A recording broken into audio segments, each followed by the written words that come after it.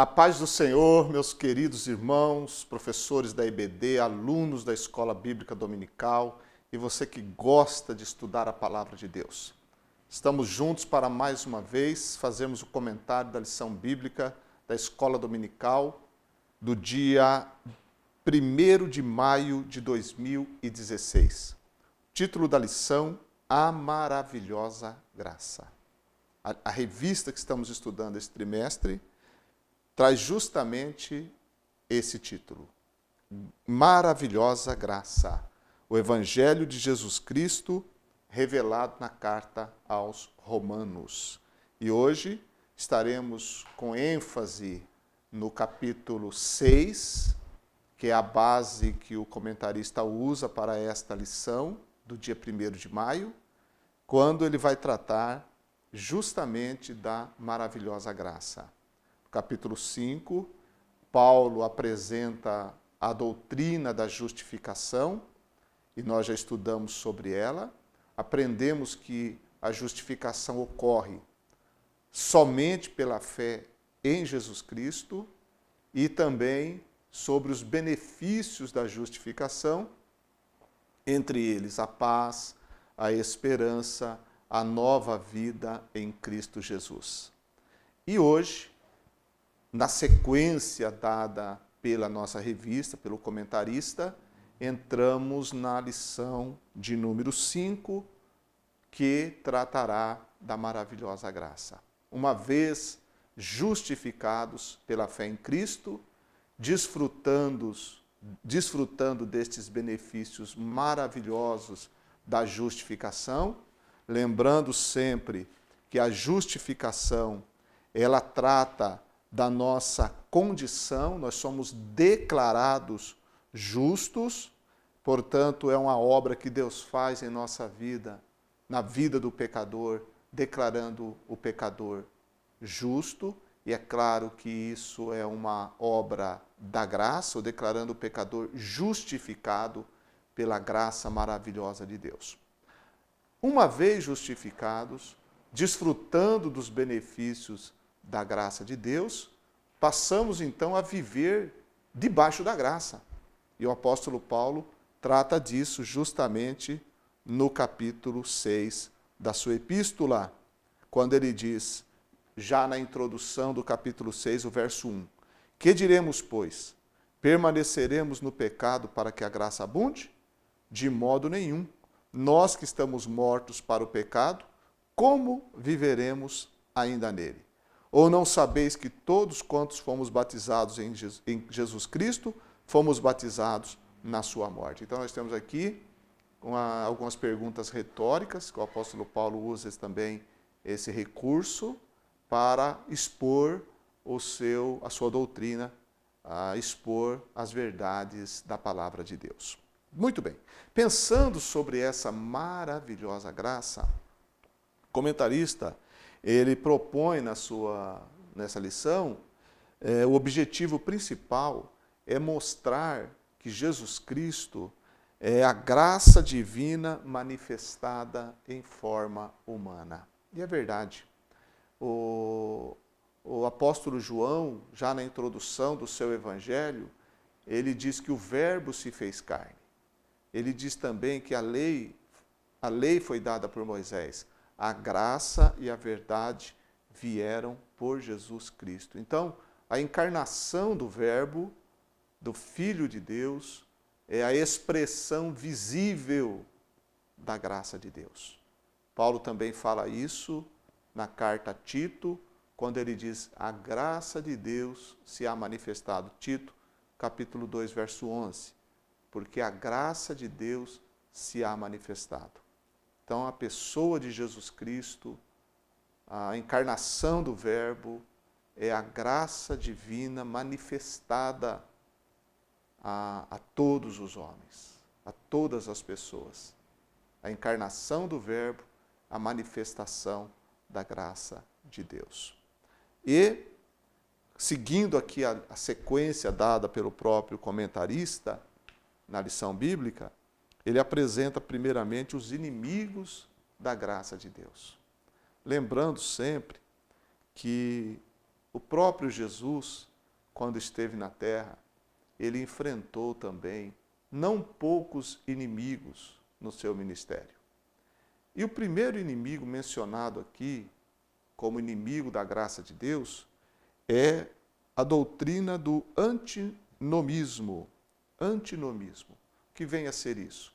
Basicamente, é aquela expressão que às vezes nós estamos acostumados a ouvir, até no seio das igrejas mesmo, quando alguém diz assim, não tem nada a ver.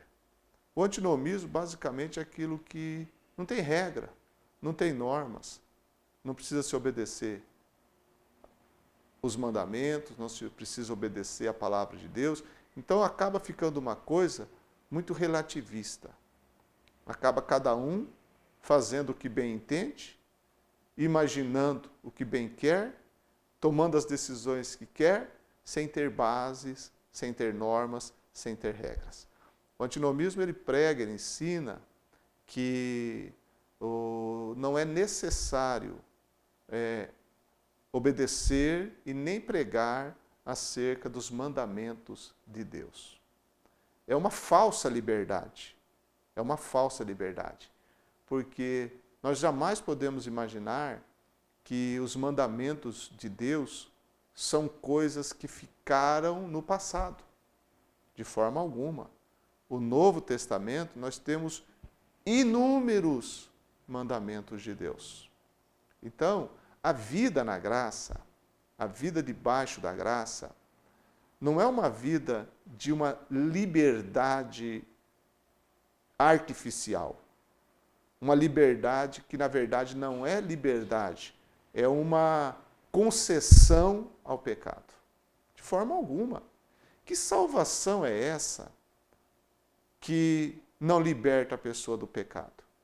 Que salvação é essa que não transforma a vida da pessoa? Que salvação é essa que não se manifesta nas ações, nas atitudes? Que salvação é essa que não é acompanhada de santidade? Então, existem sim mandamentos de Deus. O próprio Jesus, basta ler as palavras de Jesus nos evangelhos. Quantos mandamentos, quantas palavras de exortação dadas por Cristo, incitando, admoestando os seus ouvintes com relação a obedecer a sua palavra. Está escrito em João, capítulo 14, versículo 21, só um texto para reforçar que existem mandamentos, sim, e mandamentos que o próprio Cristo deixou. 14, 21 de João diz assim, aquele que tem os meus mandamentos, aquele que tem os meus mandamentos, olha aí, mandamentos, e os guarda, esse é o que me ama. E aquele que me ama será amado de meu Pai, e eu o amarei e me manifestarei a ele. Então, como não tem mandamentos? Como não existem normas? O próprio decálogo, os 10 mandamentos, aqueles princípios que regem, inclusive, a sociedade judaica cristã, esses princípios ali expostos são princípios e mandamentos morais que devem sim serem obedecidos, e eles estão refletidos, todos os princípios do decálogo, todos os mandamentos morais de Deus que estão expostos, ensinados no Antigo Testamento, eles são repetidos, esses princípios, no Novo Testamento.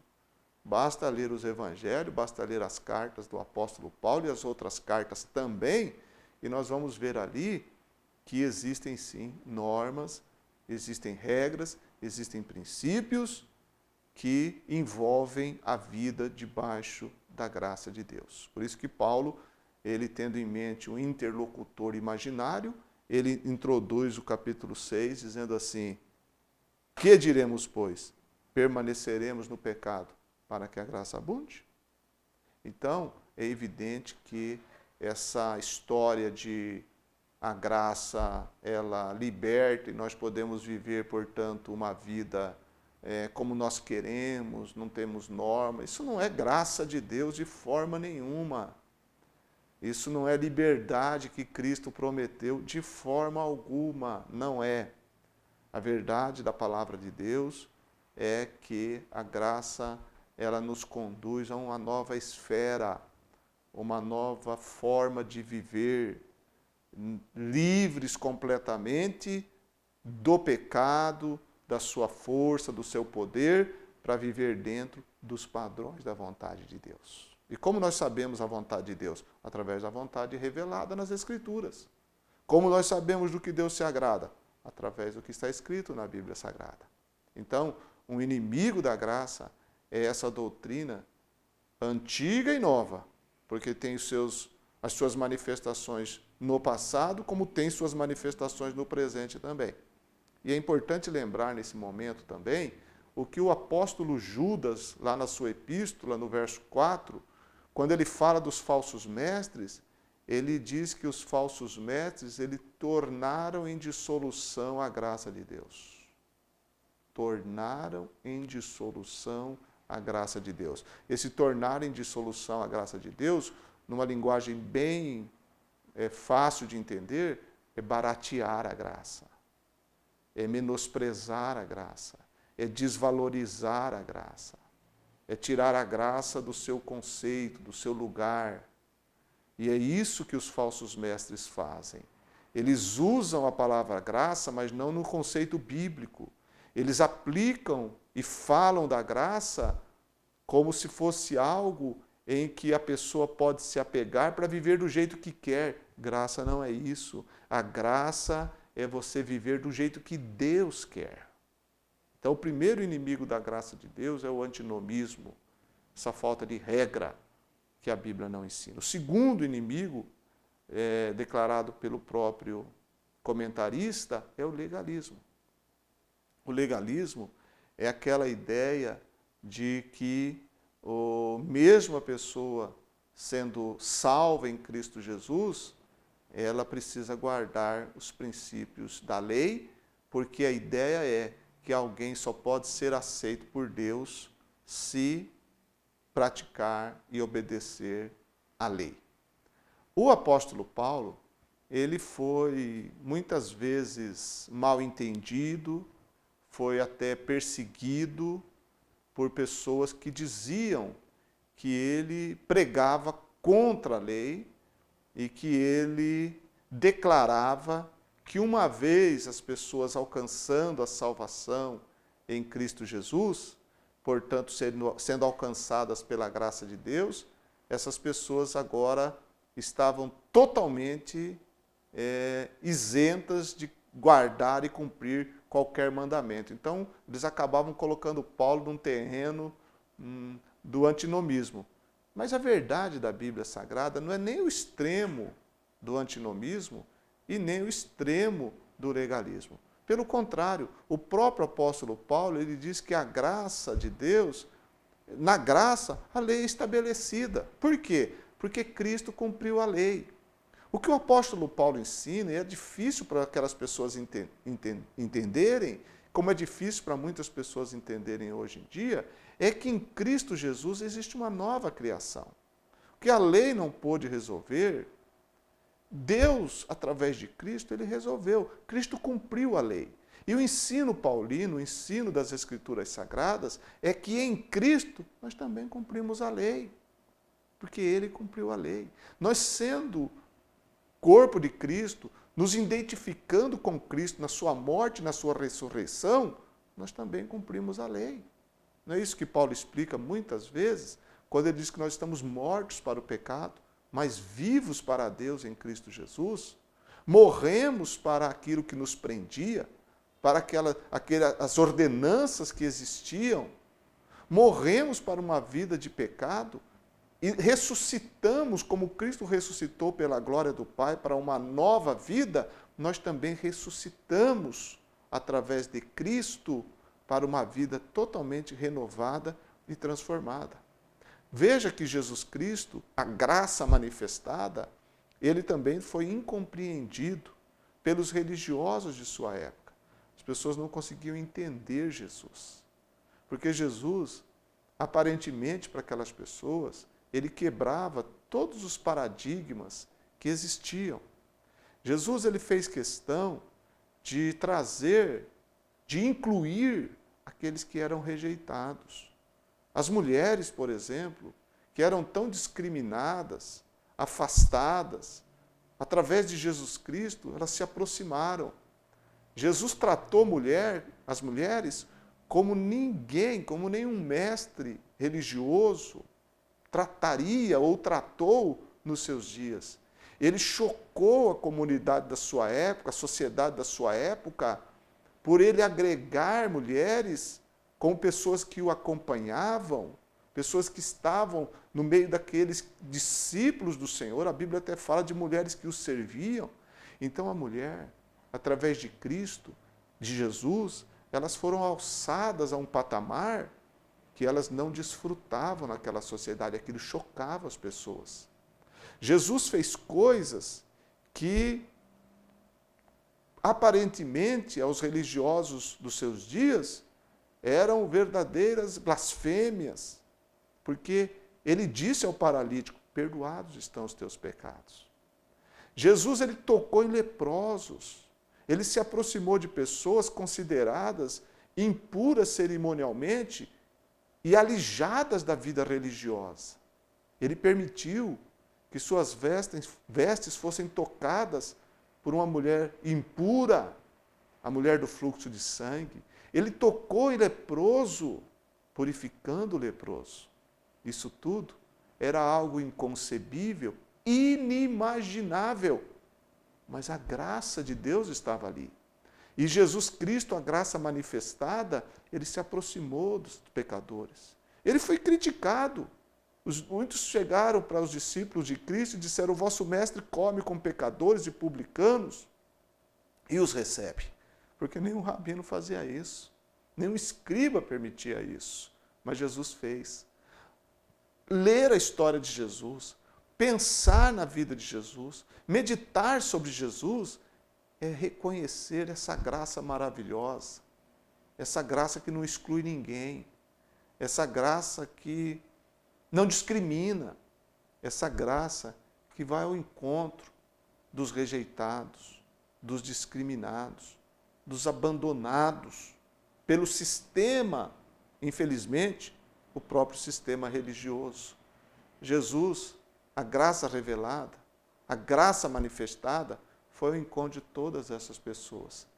E tinha inimigos, e muitos inimigos, entre eles os legalistas, aqueles que não aceitavam, aqueles que se sentiam afrontados e até mesmo ameaçados por Cristo. Porque Cristo, na verdade, tornou-se uma ameaça, porque eles não compreendiam a graça de Deus.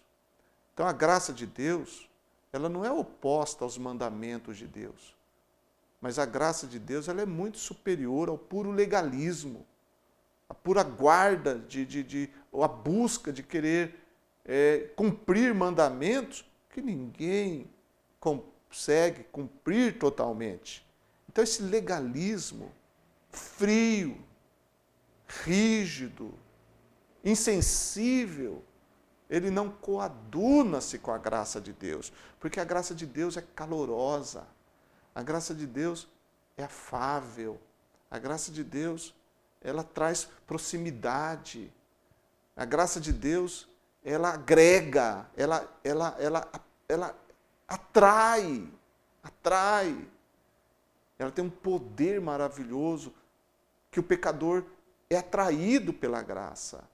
E, evidentemente, depois de alcançado pela graça, ele vive o poder dessa graça maravilhosa. E é uma vida de santidade.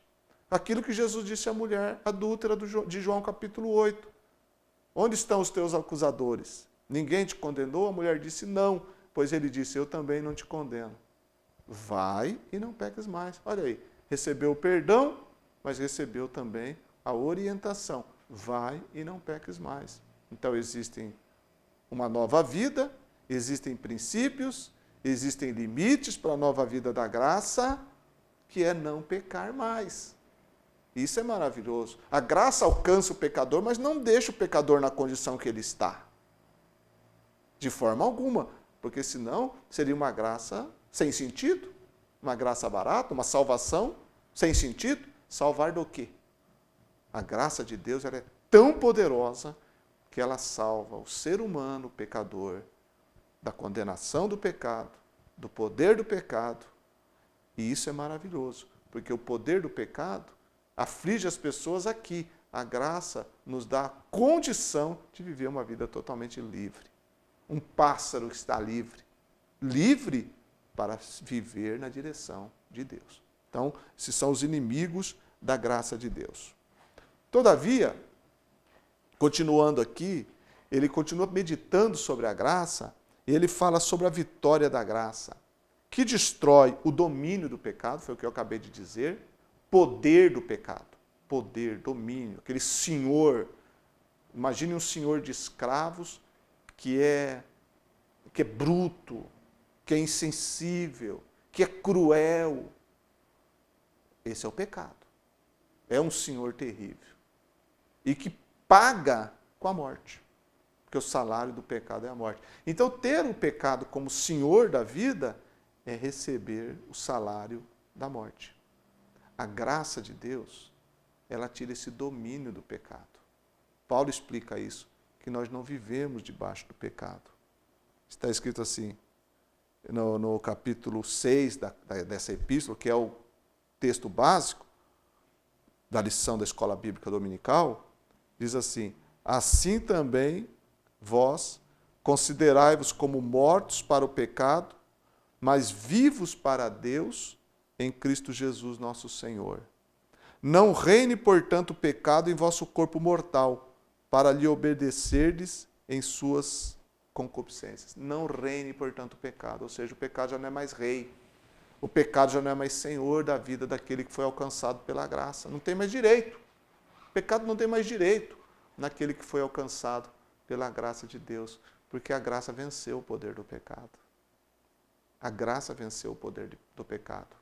Jesus mostrou o seu poder sobre o pecado. Ele disse ao paralítico, lá em Cafarnaum.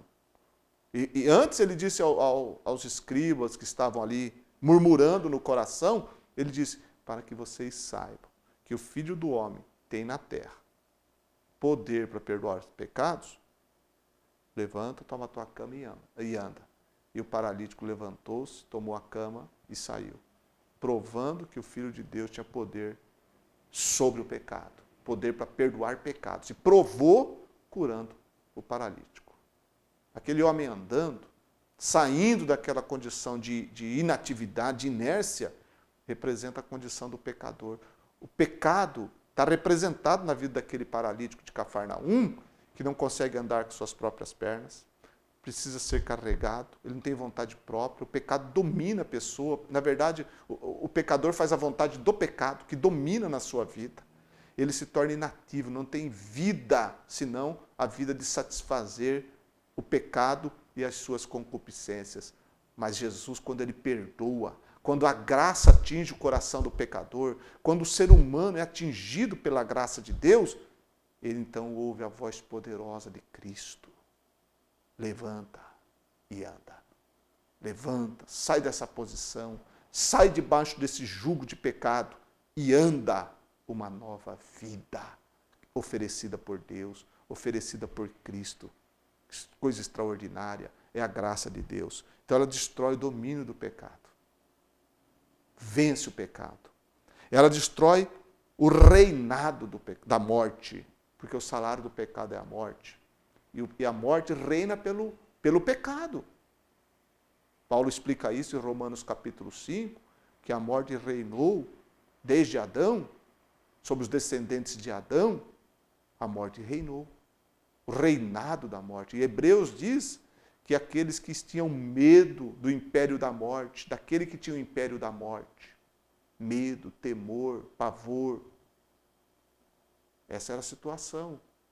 A morte causa pavor, a morte assusta, a morte ela entristece, e ela é consequência do pecado, e a morte reina sobre o pecado. Mas a Bíblia é tão gloriosa, tão maravilhosa, que ela diz que onde abundou o pecado, superabundou a graça. Esse superabundar da graça de Deus atinge esse reinado tenebroso, obscuro da morte. Supera, vence, triunfa sobre a morte. Porque quando Cristo morreu e foi sepultado, foi colocado naquele sepulcro, quando no domingo de madrugada ele rompe o sepulcro e sai ressuscitado, era a declaração bendita e gloriosa de Deus, dizendo: a morte foi vencida, a morte foi sobrepujada, foi derrotada. Onde está, ó morte, a tua vitória? Aonde? Onde está a vitória da morte? Pecado, onde está a tua vantagem? Teu aguilhão? Tudo foi vencido por Cristo Jesus. A manifestação maravilhosa da graça de Deus. Tudo operado pela graça é operado por Cristo, a manifestação visível da graça de Deus. É Ele que opera tudo isso. Quando nós falamos de graça, nós estamos falando do poder de Deus em Cristo Jesus, porque é nele que reside essa graça transformadora, salvadora. Só há poder sobre o pecado porque Cristo venceu o pecado. Só há poder sobre a morte porque Cristo venceu a morte. Os efeitos do pecado, todos eles, Cristo sobrepujou, venceu, o domínio da morte foi vencido. Claro que nós vivemos num mundo onde as consequências do pecado estão por toda parte. A lição da escola dominical fala sobre isso. As consequências do pecado estão por toda parte, ninguém ignora isso. Estão aí. Catástrofes, sofrimentos, enfermidades, violência. Você liga a televisão, você vê, você lê um jornal, você vê, você anda na rua, você vê. Enfim, nós estamos cercados das consequências do pecado. Por quê? Porque ainda nós não fomos livres da presença do pecado. Mas a salvação em Cristo, por essa graça maravilhosa, ela traz em si a solução para a condenação do pecado, para o poder do pecado e da presença do pecado também. Vai chegar o dia, nesse mundo, em que todas as consequências do pecado serão também retiradas pelo Cristo bendito, por uma nova era, por um novo tempo que a Bíblia chama o tempo da eternidade, o tempo em que tudo se concluirá, um tempo onde Deus vai poder novamente estar entre as suas criaturas, o tempo em que o Apocalipse diz que o trono de Deus estará entre os homens, entre nós, o tempo da restauração de todas as coisas, onde o reino vai ser entregue ao Pai e Deus será tudo em todos.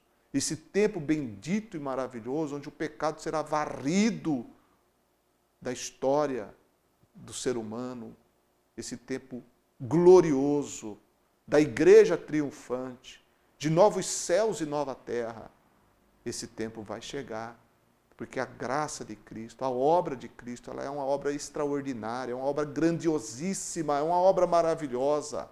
E na mesma epístola aos Romanos, Paulo diz que até mesmo a própria criação geme, aguardando a redenção dos filhos de Deus, porque a própria criação quer ser liberta. É coisa linda. O pecado hoje ele traz consequências cósmicas, não apenas na vida do homem, mas no cosmos, no universo, em todas as áreas. O pecado trouxe sua condenação, o caos que entrou no mundo por causa do pecado, esse intruso que entrou no mundo por causa do pecado, por causa de Adão. Mas em Cristo Jesus tudo é restaurado, tudo é transformado. E essa é a graça de Deus. A vitória da graça, é uma vitória completa, é uma vitória total. Como Jesus venceu tudo isso, nós também vencemos. Vivemos, evidentemente, como eu já disse, cercados dessas consequências do pecado e tentações mil que atingem a vida do crente. Você mesmo, quantas vezes você não é tentado? Quantas vezes nós não somos tentados? Nós vivemos nessas circunstâncias e nessa situação. Todavia, nós temos a graça de Deus, que nos fortalece, e nos dá condições de vivermos uma vida santa, uma vida em que o pecado não nos domina. Não nos domina. É claro que qualquer um de nós não será tolo em dizer que não pecamos. Mas a grande diferença do cristão, do crente, do salvo, é que ele não vive pecando. Pecado para nós é um senão. Por isso que João, na sua epístola, ele diz: amados, essas filhinhos, amados, essas coisas eu vos escrevo para que não pequeis. Se, todavia, alguém pecar, temos um advogado para com o Pai, Jesus Cristo justo. Então, se pecarmos, ou seja, não vivemos pecando. Quem está debaixo da graça tem uma vida de poder. Porque se viver escravizado pelo pecado, uma prática constante e frequente do pecado, viver no pecado é sinal de que não recebeu a graça transformadora, a graça vitoriosa de Deus na vida. Quem tem a graça de Deus vive uma vida vitoriosa, não uma vida de prostração no pecado. Uma vida vitoriosa contra o pecado. Ser vitorioso não é sair por aí declarando bênção. Não, ser vitorioso é viver sem ser submetido, vencido, subjugado pelo pecado. Isso é ser vitorioso. O crente vitorioso é o crente que vive uma vida de santidade e vive uma vida que ele não é oprimido e nem vencido pelo pecado. Essa é uma vida vitoriosa. E, no ponto 3 da lição, ele fala dos frutos da graça. Os frutos da graça. A graça que liberta, que eu já falei sobre isso, a graça que santifica e os frutos da graça. Ele cita Romanos 6, 22, onde Paulo diz: mas agora, libertados do pecado e feitos servos de Deus, tende o vosso fruto para a santificação e, por fim, a vida eterna. O fruto para a santificação, por quê? Porque a graça é exigente. Aí ele fala das exigências da graça e usa dois verbos gregos, que um é traduzido no português por considerar, que é Romanos 6 e 11, quando Paulo diz: assim também vós considerai-vos como mortos para o pecado. Considerai-vos mortos para o pecado. E o outro é em Romanos 6 e 13, que é o verbo apresentar em português. E ele diz assim: nem tampouco apresenteis. Ou seja, considerai-vos mortos e nem apresenteis. Ou seja, você e eu que fomos alcançados pela graça, justificados, declarados justos, e agora estamos debaixo da graça de Deus. Isso é um fato. Isso é uma realidade. Estamos nisso. Vivemos essa vida em Cristo. Portanto, haja de acordo. Agir de acordo com a graça é o seguinte: considero-me morto para o pecado. Não tem domínio sobre a minha vida. Apresento os meus membros, não à imundície, não ao pecado, mas apresento os meus membros a Deus como instrumentos de justiça. Portanto, a essa graça exigente que me salvou, que me transformou, que me redimiu, que me colocou no novo espaço, me colocou numa nova dimensão, me colocou em Cristo, e Cristo é santo, pertence ao corpo santo de Cristo. Então entendo tudo isso e com a graça que me é dada, ofereço-me para servir a justiça e dando fruto para a santificação, para que através disso Deus seja glorificado. A maravilhosa graça que nos alcançou é a maravilhosa graça que se manifesta em nossa vida através de um viver que agrada a Deus, de um viver que glorifica a Deus, entendendo o que Paulo escreveu aos Colossenses, que fazei tudo para a glória de Deus. Tudo que fizerdes, façais para a glória de Deus. Assim é uma vida de graça. Assim é vivermos e glorificarmos a Deus por sua graça maravilhosa.